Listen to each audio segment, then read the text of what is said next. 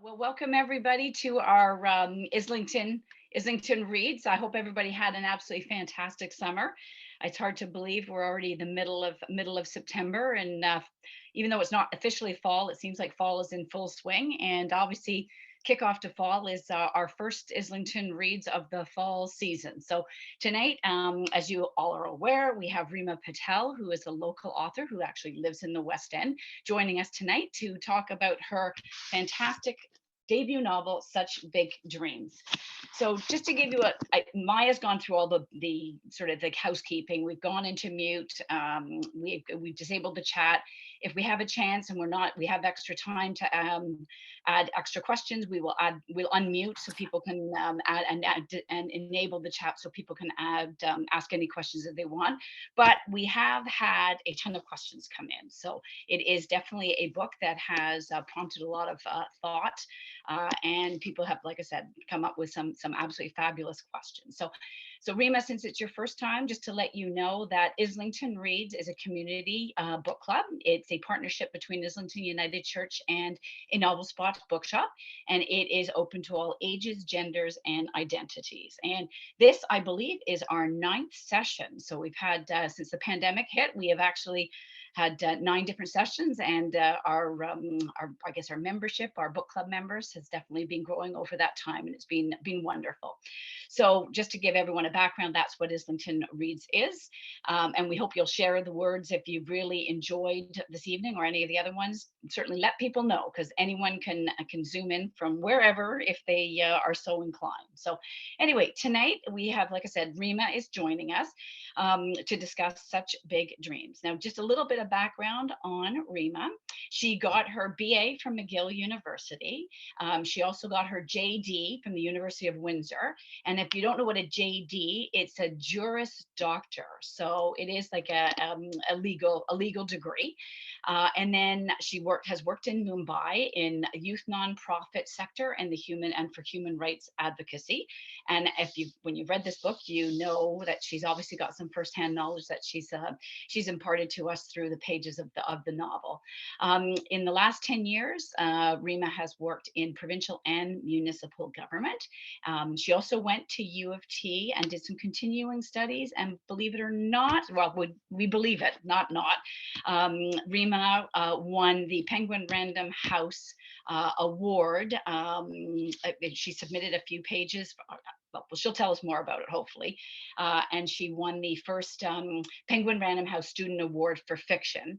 And I guess that's how she ended up working with McClellan and Stewart to make this novel come to us and for us to read in our reading pleasure. So Reema, also at the time of her book coming out, she also became a new mother for the first time. So there was a lot going on in Reema's world. So where she had a book baby as well as a real baby. So her daughter is now 6 months old, and she is on paternity leave and or paternal maternity, whatever they call it now, leave.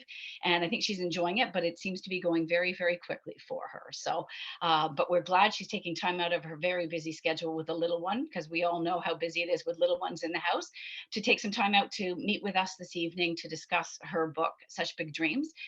So now I guess I'll turn it over to you, Reema, so you can tell us a little bit about how Such Big Dreams came to be. Anything you wish to tell us about the novel, the writing process, anything you want to tell us about. We're all game to listen to hear what you have to say. And then once you've told us a little bit, we will then we've got a whole bunch of pre-submitted questions that we will ask you, and we'll just have a chat going from there. So without further ado, I will turn it over to you, Reema, and thank you for, like I said, thank you very much for joining us this evening. It is wonderful. So. Great. Thank you so much, Sarah. And I'm so excited to be here. And I think this is the biggest book club I've ever been a part of, both as a participant and as an author. So good on all of you. It's amazing and really encouraging and exciting to be here with you all tonight.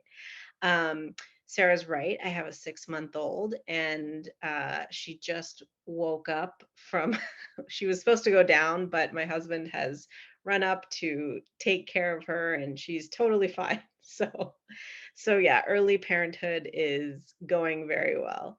Um, so yeah, I thought what I would do is I'm really encouraged to hear that there's so many questions. And I find from doing book clubs as an author that the best conversation really does come from the questions, because I can talk forever about myself, but I think I think I can say a lot more in response to what you all want to know. So what I will do is I will talk a little bit about, as Sarah said, how the book came to be, how I got to this point, but I'd love to hear, the thoughts that everyone had about the book and answer as much as I can. So I guess we'll let it flow organically from there. So um, you may have all read the author's note at the end of my book, which is a sort of condensed version of how the book came to be. And so maybe I'll extrapolate a little bit and give you a bit more fuller context. So um, I started writing this book when I was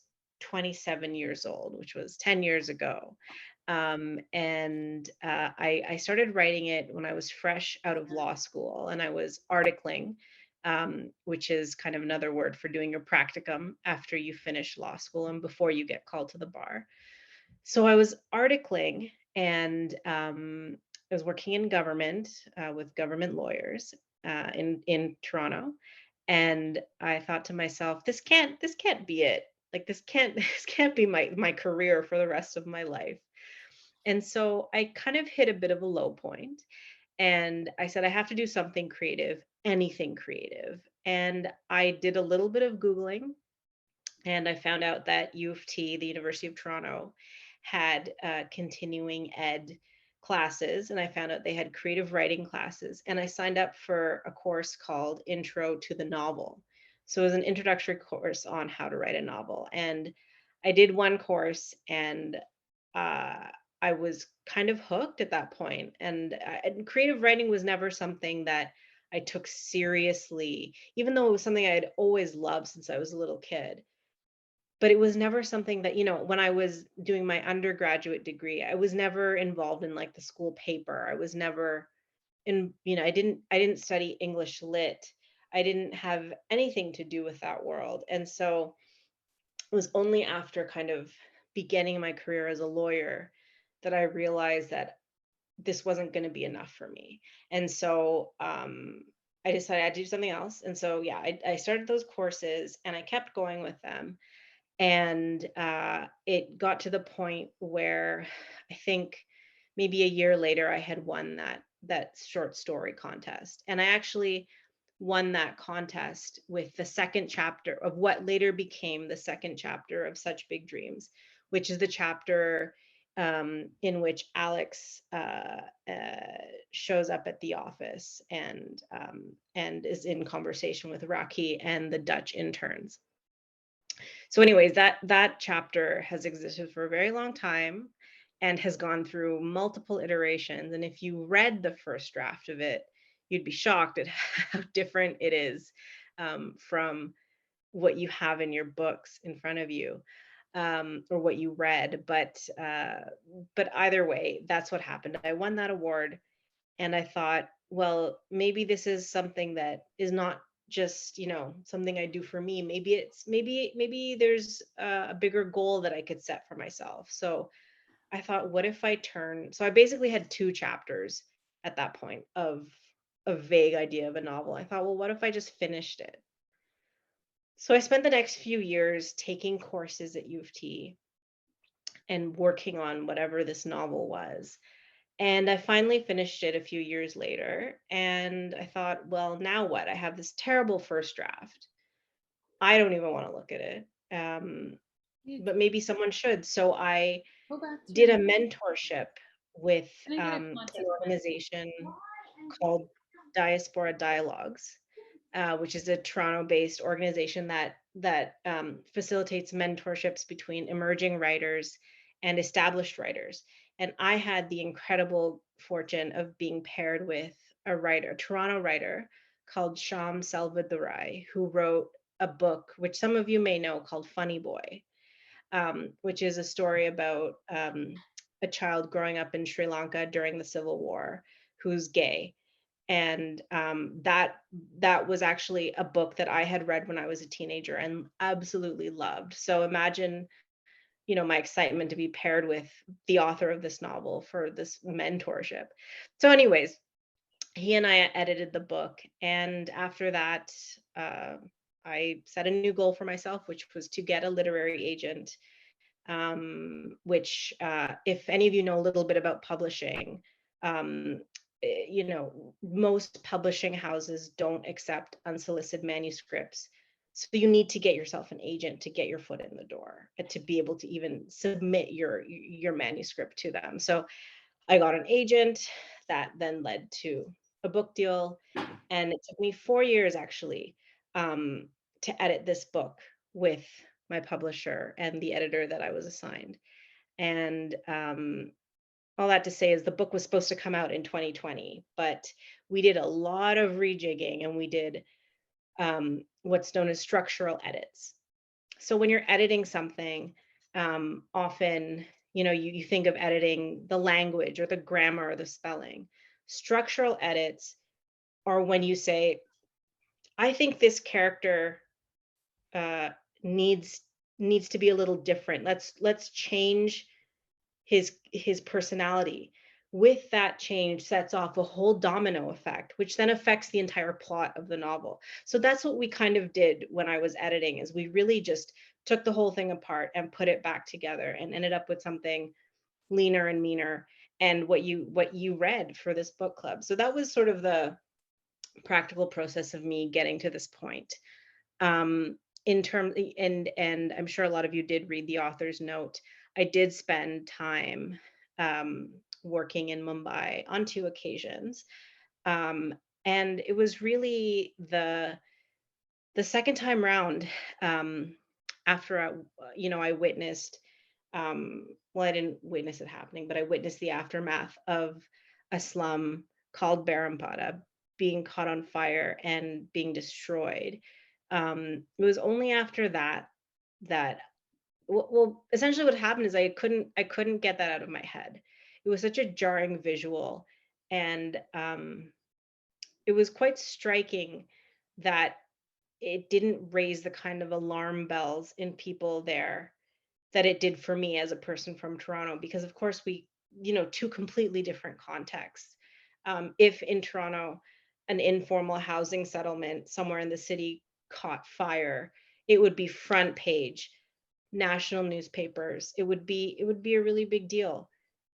And in Mumbai, in that particular city, this was barely a blip on people's radar. And so that really stayed with me for a long time. And so when it came down to the point where I was sitting down to write in that writing class, I thought of the most interesting thing I had ever witnessed, and it was that, and I wanted to craft a story around that. And so that's kind of how the whole thing um, came about. So yeah, I mean, that's kind of how I wanted to start this conversation. I think Maya or Sarah, maybe it'd be a great idea to jump into the questions, because I'd love to hear what people want to know and what they have to say. Absolutely. Well, thank you for that. That's very interesting to get an author's perspective and how long it took for the book to come about, and all of that, and how the nugget was planted with something you witnessed. So that is quite, like you said, if it had happened in Toronto, it would be front and center across the newspapers, and just it's quite shocking how the cultures are so different from what we have here and what goes on there. So just to, I guess, a little bit going in from there, a lot of the questions that came in were about homelessness and poverty. So one question that came in was, because of your legal background and your experiences, do you have any suggestions on how we can help with global housing crisis, and particularly in our own country, where housing is becoming less and less a human right and more an economic commodity? That So is what the how question. can we help with it, right? I mean, we sort of Yeah. saw what they were in your story, what was, Madame Gowrie mom was trying to do, but we've got it here as well. So what would you say would be what we could do to help? Yeah. That is an amazing first question to start with. I wish I had the answer. I really do. So it wasn't really mentioned, but I spent a few years working in social housing policy for the city of Toronto. And even though I'm on maternity leave right now, my current job is as a lawyer for the city of Toronto. And I advise the city on shelters and homelessness and social housing. So Toronto community housing specifically. So I have a bit of a background in this topic as a public servant. It's interesting. I think one of the main things that's missing for a lot of people here is that everyone like nobody wants people to be homeless. Nobody wants people to be underhoused. But what I find is that we often have, through no real fault of our own, a very simplistic understanding of what it means to be living in poverty. So when our elected officials, when our mayor, when our city councilors, when our premier, when our MPPs, when they provide platforms to run on in terms of how to address the housing crisis in our province and in our city, they propose things that sometimes we might think sound like great ideas because they do, but they sometimes miss the fact that poverty um, is something that doesn't just let me start again. They miss the fact that to not have housing means also to be lacking in adequate health care, to be lacking in economic opportunities, and the fact that the proposed solution to homelessness isn't just to build more homes, right? Um, a lot of the times we hear people saying, just build more affordable housing, build more affordable housing.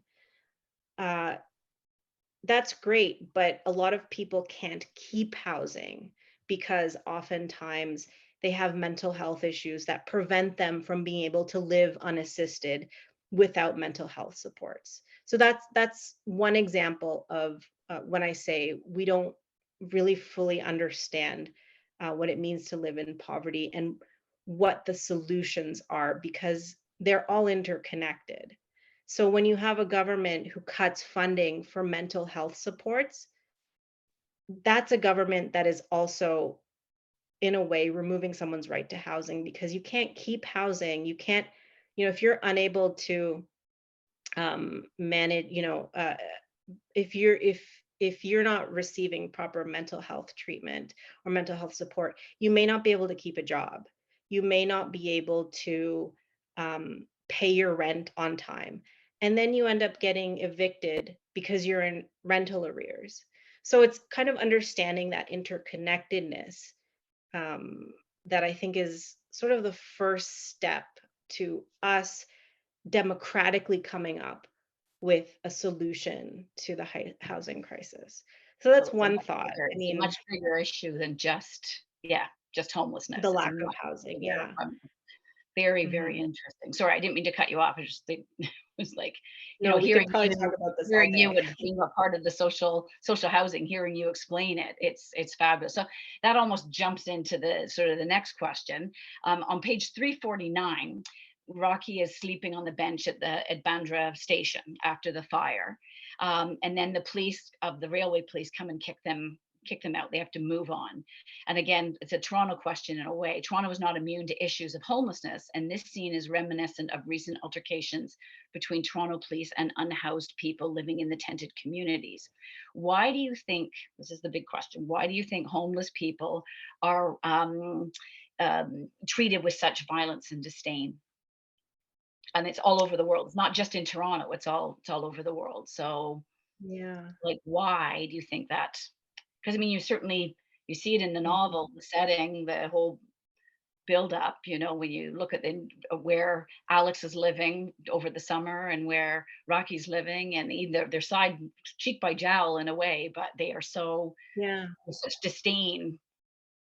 but the rich Yeah. people can't deal without all the people that are work that from the slums to work together in the lifestyle that they enjoy. So it's a Mhm. dichotomy really with, but it's a global issue. A lot of Yeah. people look at homelessness and go, oh my, so it's just, Why do I think we permit this to happen? I think for the most part, the majority of us don't see our interconnectedness with other people.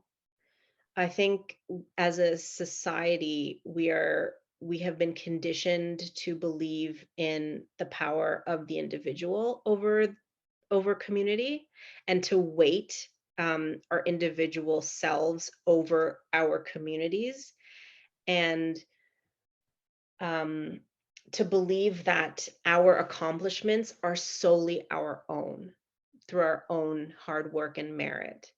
And so there's this myth that sometimes we might, so let me take myself for example. I might be really proud of myself for being a lawyer and for being a writer. Um, and that's all fair and good, but I also have to recognize what um, societal conditions got me to this point. I am able-bodied. I was raised by parents who, you know, didn't have mental health or addiction issues that impacted my upbringing, which meant that I could focus on school and do well in school and pursue education. I have all these things working for me that are so not um, attributable to myself, that are part of the whole complex web that I live in. And so I think once you understand where you stand, can you then start to think about whether your station in life and your position in life is solely because of what you did to get there. So conversely, then I think if you see somebody who potentially has less than you monetarily, is not housed, who struggles with mental health and addictions issues, perhaps then maybe it would be easier to understand that that person didn't just get there because he threw up his hands and said, "Well, I don't want to work." Because that's the myth that our politicians tell us, um, so that we continue to vote for them. Um, a lot of the times, a lot of people who are unhoused are in the position that they're in because of all those other reasons that I spoke about before, and it's not through some nefarious conduct of their own. And I think, once we all kind of begin to understand that, then that kind of apathy and contempt that we have for people who have less than us, until then, that won't go away, unfortunately. And yeah, and we saw that especially last year with the encampment clearings and the police brutality that was unleashed on people who just needed a place to stay. um, so yeah, I think that's maybe one reason. well, and certainly you were able to, through Rocky as a character and her situation, her parents die. She had, a really decent, looked like she was going to have a fairly decent life ahead of her, but then her parents died and she ended up having to go to the sister and the whole family trauma that happened out of that. And then she ends up being a street child. Now, I must say, when we were going along and she had met up with Alex and everything else, I thought, oh my gosh, she's going to go for it. She's going to, even though Alex is gone, she's going to go get that education. She's going to move forward. So I thought it was really interesting when the book didn't go that way, with her continuing on submitting those applications and going, but she found her own footing in her own way, even though she's smart, but she didn't have necessarily the upbringing that would keep her from being homeless. So I thought that Yeah, was very yeah, interesting no, how you portrayed absolutely. her in the story. So Yeah. yeah. So there you go. So now again, going back to this homelessness, and it's another question with regards to, and it triggered a real. And when this question came in, it was just like, oh my gosh, it's true. I did feel this way as well. So when there was the procession, we're doing the protest, a procession of people with homes shouting that housing is a human right at the protest. And the question comes in. I have to be honest, as a privileged North American, this made me squirm a little. do you think those of us with homes and food and leisure time and comfortable lives are being hypocritical when they try to help those who are less privileged? No. No, I No. don't think we're being hypocritical. No, and yeah, no. I think that's a really thoughtful question to ask. I don't think I, you know, I don't think that when you set out to do good and help other people, that you should end up feeling guilty if in your about yourself having something that other people don't have, because these problems are so much bigger than just ourselves. My having a home to live in, this is my own opinion, anyone is free to disagree with me, but my having a home is not the reason why the guy sleeping at Bloor and Runnymede doesn't have a home, right? It's not, I didn't do something specifically. It's because of the system that we live in. Um, that's why he doesn't have a home. Um, I think though it is really important when we are working on behalf of other people that we do so by centering their needs and their voices. Um, and you can kind of see a little bit in the book how this wasn't really done for certain people, right? So to give an example, Gauri Ma'am set out to help Rocky. I think we can all agree. She took her in, she gave her a job, found her a place to live, gave her a cell phone, sent her to English lessons, sent her to psychotherapy. And this whole time, Rocky wanted a job, but she didn't feel that she needed she didn't want to go to therapy.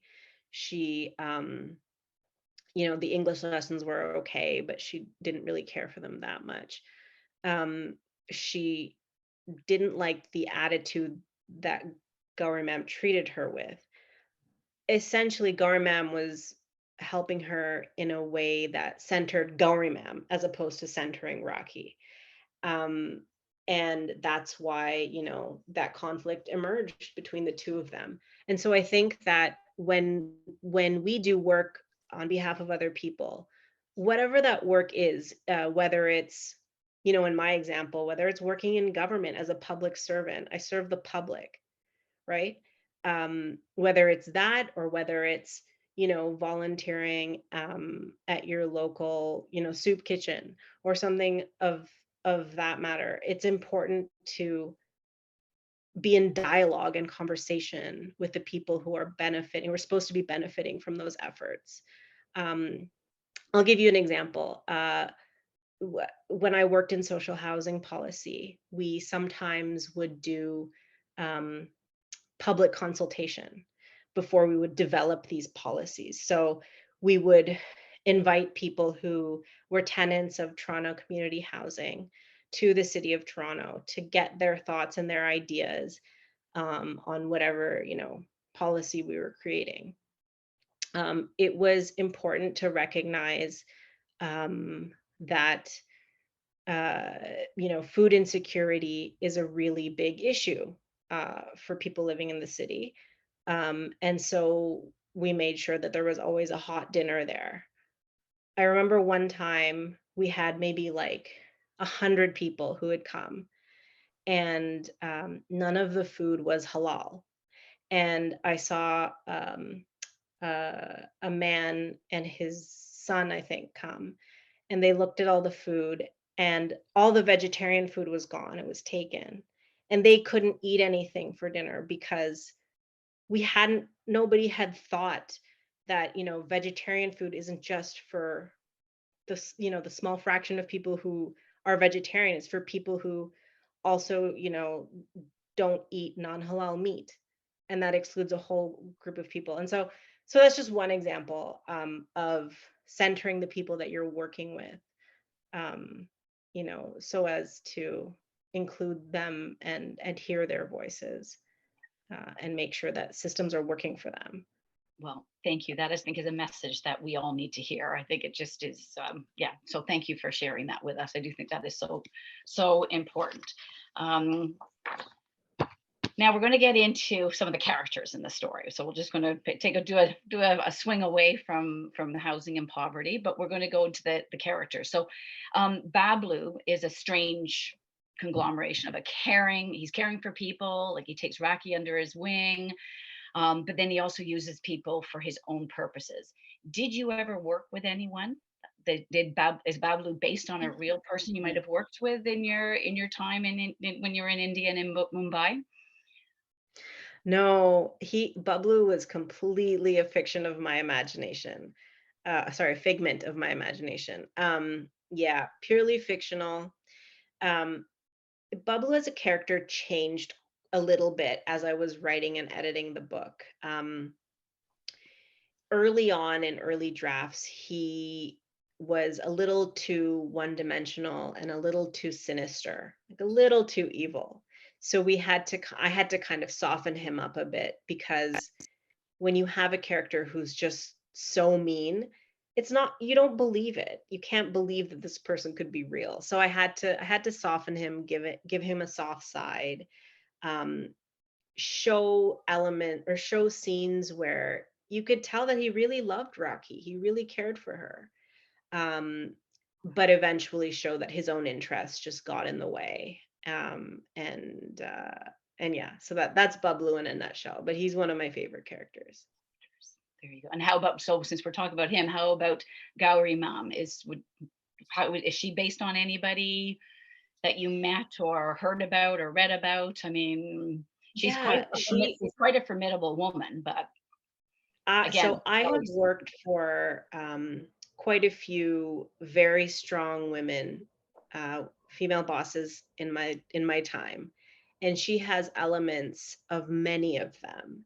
And so no, she's not based on one person, but she has characteristics of many of them. And I say that with nothing but respect for the people that I worked for, because I think Gauri Ma'am is a tricky character, because even though in the end she ends up really betraying Rocky, she has really tough decisions to make. She's dedicated her entire life to this work. She's not perfect, and I spoke quite a bit about how she doesn't center Rocky in her healing, and ends up just not doing the right thing for Rocky. But she's somebody who, against the odds, builds something from nothing, and is a very successful person who's on the brink of losing everything. And she has to make a hard choice about whether saving Rocky is worth it. And she makes that choice. Um, but yeah, no, yeah, she is actually my favorite character of the whole book. And there was one time where I thought, should I rewrite this all from her point of view and get some more backstory about her in there? Because I mean, it doesn't show up in the book, but I have a lot of backstory just written about the characters, just so I could understand how they think and how they make decisions. Um, so yeah, that's Gauri Ma'am in a nutshell. okay. So the fact that she's running this office, I, like when you were over working in Mumbai, were you in a similar situation as to what you've described in your book? Like, and also how did you become interested in working with youth in the human rights sector? Like, did that come out Yeah. of going over there and that you got introduced to it there, or was it something that you were introduced to before you went over to work in I was Mumbai? always interested in human rights and social justice in a very vague way, as a young person. In my early 20s, I had no real concept of what it meant to work in that sector. And after traveling, after getting that first internship in Mumbai, where I worked with street youth, that was my first real introduction into that kind of work. And I had the time of my life. I learned so much. The biggest lesson I learned is that I know absolutely nothing. I was just there to learn. So how long were you Um, there for? I was there for a year. for a year. Okay. Yeah, so that was that first internship. And so I actually, you know, to relate it back to the book, the jobs that I occupied were of the intern, right? So the Dutch girls and Alex, like that was me. Um so, you know, when I think of who I related to the most, unfortunately, it was those three characters. Um it obviously, so I'm a person of Indian origin. My father was born in India. My mom was born in East Africa, but she's Indian. And so I was not a white intern going there. I was an Indian intern, or an Indian Canadian intern going back to India. So there was an interesting space for me there in which, you know, I wasn't like the other interns around me, but I also wasn't like the the Indian staff who were from India working there, and nobody really knew where to situate me. And I, at least of all myself, I didn't know where to situate myself. So there were a lot of questions about identity and race that came up in that um, time for me, Okay. which is kind of informs why I chose to make Alex biracial. I wanted to, through this novel, show that um, just, you know, wanted to show that the decisions that Alex makes, which are informed by white supremacy, that those decisions are not only limited to people who are white, and show what that really, how that looks for people who might, you know, be from that culture themselves. And so that sort of informed my decision to make Alex biracial. Now, since you felt you were kind of right, like the interns that you wrote about are kind of were your role when you were over there. I mean, did you get that sort of animosity? Like Rocky really did not like the interns at all. Did you have any staff feel the same way about you, or were you more I open-minded? Like they those three characters to me were there with a sense of entitlement type thing. Yeah. So thinking they were going to do good, but really didn't, you know, it was for their own good that they were hoping to do good. So I just was wondering if you felt that animosity when you were working I there. really hope not. I mean, no, I didn't feel animosity from people. I sometimes people had no problem telling me I didn't know what I was talking about, and I had no problem accepting that feedback. You know, I think people were really nice to me and really kind and really patient as well.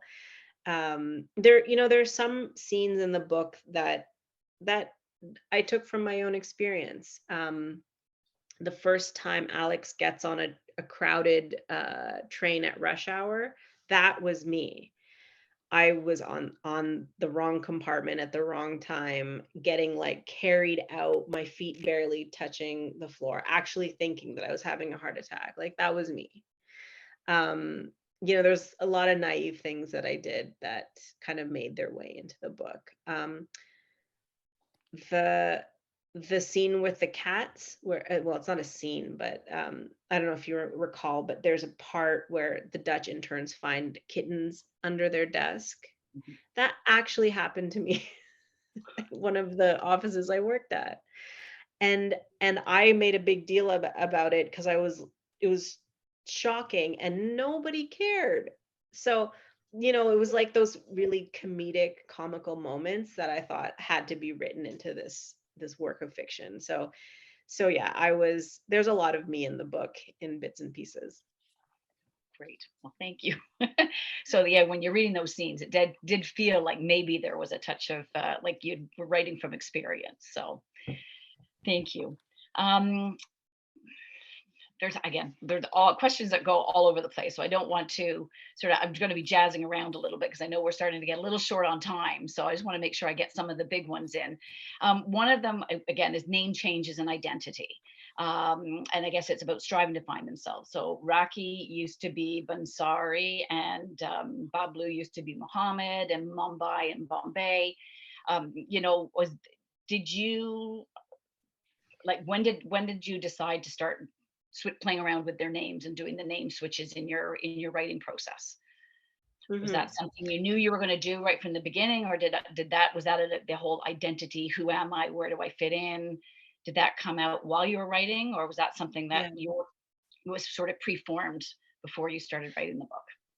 So that is a phenomenon amongst, from what I know, from amongst street children, children living on the street in Bombay specifically.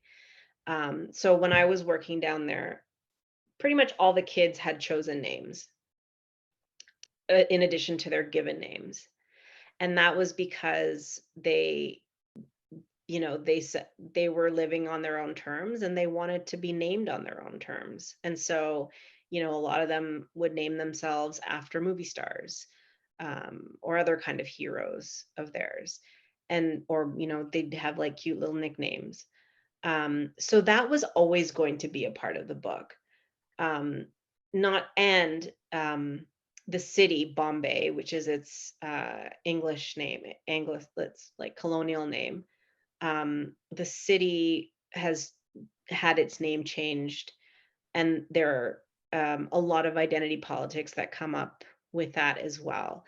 Um, you'll notice that I use the term Bombay throughout the book precisely because that's what people call it. People who are from there pretty much still call it Bombay. Um, Without getting too much into a history lesson, um, the city was renamed Mumbai in 1996, um, following a nationalist campaign to change the name of the city. And it was a campaign that was very top down and kind of, um, a little fascist in nature. And it's not something that resonated with the people who lived there. And so when I was there, everyone just called it Bombay, even though that was its colonial name. And so, yeah, so that's a little tidbit of information. But you're right. Names and identity are a huge theme in the book. And the interplay of both the kids giving themselves new names, and the city getting a new name. These were themes I wanted to play with, um, and did so in the book. Now, you touched on colonialism. So, a great question came in, and with everything that's been going on in the last 10 days, with the Queen's funeral and everyone sort of looking at what things are going to look like going forward. This is a question came in. So when a former intern asked Gauri Mam for a stipend, she said they exploited our people for how many centuries, stole our wealth, starved our people, butchered our borders, and now they want us to pay them a small stipend. So it was interesting to read this in context of the Queen's funeral and the emotions it has evoked for many people around the world. What responsibility do you think the West has to make reparations to India? Uh, Enormous responsibility, really. Uh, What? um, it's funny. I was talking to my mom about this today, and so my mom grew up in England. She was born in Kenya, as a British subject, and grew up in England, and was recently just there when actually the Queen died, and so we were talking about it today. And um, she she said, well, I understand all the arguments you're making about what the British Empire did to our people and did to the rest of the world, but I'm watching this funeral because it's great. Like it's so much, um uh what was the word she used, ceremony and pomp and circumstance or whatever. It was just quite something to watch. But in term I guess, to go back to the original question, which is what responsibility does the West have to make to India specifically? um I mean, you only have to look at, well, I will say I do think some wrongs cannot be righted because they have gone so far. So on one hand, the British monarchy has, um, the Kohinoor diamond, which I think the biggest diamond in the world, or one of the biggest diamonds in the world, that would be very easy to give back, I think. So that's, on one hand, there's that argument. On the other hand, the British stoked communal tensions between Hindu and Muslim communities across the Indian subcontinent as a divide and conquer tactic. And they did so for very many years, which helped ensure their success, the empire's success. But those divisions are so deeply sown. And currently, you only have to look at the news today and see the Hindu nationalist government that's currently in power and how they're victimizing the Muslim minority, to ask yourself, how does the West fix this? You know, I don't know. I really don't know how that's fixable anymore. And and it would be erroneous to say that the current state of religious tension in India is only attributable to the British, because Indians have a real heavy hand to play in the atrocities that have been committed against other Indians. And I don't think it's fair to say that they haven't. So yeah, I mean, in some ways, I think some some solutions are maybe doable. Others are just so far gone, and I don't know what the answer is. Another question that came up was with regards to why didn't you put a glossary of terms in the back of the book? So now I think from reading the book, you could sort of figure out that a lot of the words were sort of kind of swear words or slang words that are a bit on the rougher side of things. But some books, and certainly other books by Indian novelists, they do include a glossary. Was that something you considered including, or is it something that the publisher said we're not going to do? We're not going to put a Yeah. glossary in there. I know I certainly looked up a couple of the words online to see what they meant and what the tattoo meant on Tazim's arm, that type of thing. So Yeah. I know whether that was something you consciously left out or just didn't occur to you to put a glossary of terms in. That was a very conscious decision, both for me and for my publisher, McClellan Stewart. So, in the words of my editor, when this topic came up, she said to me, "Reema, it's not 1992 anymore." Uh, so that's kind of the short, somewhat sassy answer. Um, the reason why I chose not to have a glossary is because I a lot of the words just don't translate properly. Um, their literal translations in English don't really mean what they're intended to in Hindi. Um, the greater reason why I chose not to have um, uh, a glossary is because um, I wanted to be clear that I wasn't centering the Anglophone reader. I wanted to be clear that as a person of Indian origin, I'm writing about people from India. And even though I'm writing in English, I can still put words in Hindi into my book, and I don't need to spoon feed them to my readers, because my readers are smart enough to look them up if they need to. And my readers are smart enough to get the context clues. And that's kind of what I did. My editor is not Indian. She doesn't speak Hindi. She got everything. Many, not just my editor, but her junior editors, my agents, everyone who read it, pretty much everyone who worked on the book. I don't think anyone was Indian, and everyone Understood was what you able were to trying get to say. Yeah, understood what you're everything. trying to say. Everyone understood. Yeah. Um, and so yeah, so that was really the decision. And I'm sure, sometimes it's hard to tell, and that's why we have Google. Yeah. But yeah, that was a very conscious decision on my part not to have a glossary. I kind of figured that, but it was a question that came up a couple of times, so just It wanted it to has come up, make sure we get your Sarah, a lot, yeah, a lot. yeah. So happy to answer it. Right, there you go. Great. And like I said, I have still got tons and tons of questions, but it is becoming about 5 to 8.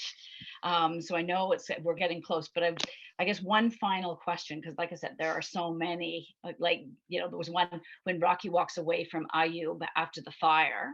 The person that's asked this question, they were so angry at her, but ultimately she does the right thing. Was that something you had planned to write into the book, or was that just came about during your writing process, that Rocky was going to walk away from this young boy after herself being a child, a homeless street child? So was that, Yeah. the fact It was a really important step in her transformation as a character, right? So she had to do something that was so wrong, so that when she finally got it right, you saw that change in her.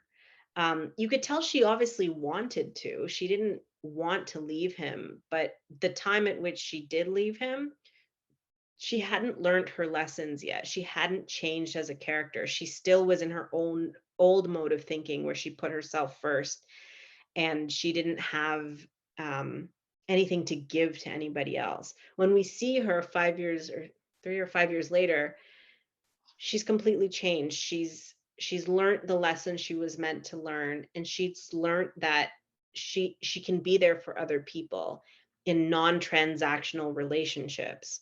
And Ayub is a great example of that for her. She's honoring her best friend, who she didn't even realize was her best friend at the time. And she's caring for him. And yeah, and so there's no way she could have been able to do that during the fire, because she just wasn't that person. She hadn't learned that about herself yet. So yeah, I'm glad that it elicited emotion. yeah, it certainly did from when the question came in. So, and I guess the final question, since we are so close, is ultimately, what is the one thing you would like readers to have taken away from this book? What is the one big, if there's one thing that because we've had a lot of readers read it, and it's just like, what is the one thing when you're writing this that you wanted to really impart and that for readers to take away from your novel?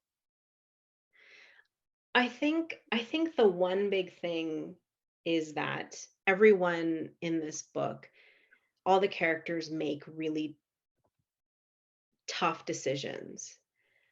And I think none of them really are as black and white as they seem. And so we talked a little bit about Gary Mam.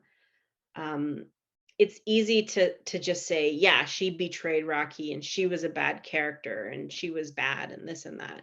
I think though it would be great if people walked away thinking, but if I were in her shoes, if I was in even Alex's shoes, if I was in Rocky's or Bublu's shoes, what would I do? Carrying all of the backstory that they have and everything that it took to get them there to that point, would I have made a similar decision? Um, I don't know. I mean, I think ultimately, I think it's one of the things I try to remember always is you can only um, everything you see is sorry, say this again. Where you stand informs what you see. And so I, Sarah, can never see something from your point of view because I'm not you and I don't have the, plethora of life experiences that you do. And so when you do something, I might judge you for it because I don't know why you've made those decisions. I think when we look at the characters, when we really examine them and unpack them, we can see why they made those really bad, shitty decisions because of the things that they've gone through and the backgrounds that they come from. And hopefully that is something that we can get across, and maybe something we remember as we live our lives. Absolutely. Well, thank you. That absolutely fabulous. I thought this was an extremely engaging conversation and just a real eye-opening conversation as well. So thank you very much for coming to be with us tonight. And I know Maya's just popped up on screen. So um, I know she's going to say a thank you and a blessing, but I'm just going to let everybody know what the next book is. So the date, mark your calendars, is going to be Tuesday, November 1st. And Louise Mikolos is going to be joining us, and she'll be speaking about Marilla Before Anne, which is one of the books that Maya has read and thoroughly, thoroughly enjoyed. I haven't read it yet, so I'm looking forward to reading it, but it was the one that Anne really felt we'd get a good discussion out of. So just mark your calendars. The books are being reprinted by the publisher at the moment. They ran out, so they're doing a reprint. So I will certainly get the information out as to when the books will be available in store or through Anne at the library, the IUC library. So anyway, thank you very much, Reema. Really appreciate your time. I think there are going to be breakout groups after this after this. I'm not sure if people are staying on after, but Maya will fill us all in on that. So thank you very much, Reema. Again, it's wonderful. Really appreciate your time. Thank you so much, Sarah and Maya and everybody for being here. It was amazing questions. Some of the most interesting questions I've gotten to date. And as you hold your baby, I know you might offer forgiveness for my 10-year-old who I accidentally was having a small conversation with.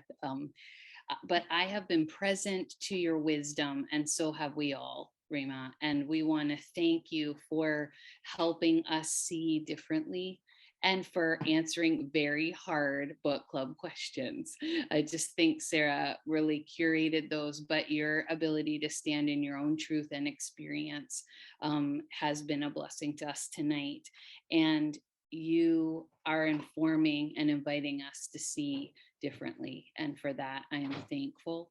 And I want to bless you into continuing to write as you hold that little one and live into your calling as writer from your depth of experience to continue to speak truth and write truth and help us to dream about a world where we are more interconnected and we do put community before individual, and to know that you're not alone in dreaming that dream. And I'm grateful for the people who've joined us tonight to be part of that learning and taking another step towards that. So we'll be thinking of you and blessing you as you continue to write. Thanks for your time. Thank you. Thank you. And friends, whoever wants to stay on and chat with Anne and I, you're more than welcome. And we're going to bless Sarah into her night as well. So stay, and we'll see you soon. I must say, I'm pretty excited. Each one continues to be a gift to us. So keep reading, everybody. Talk to you soon.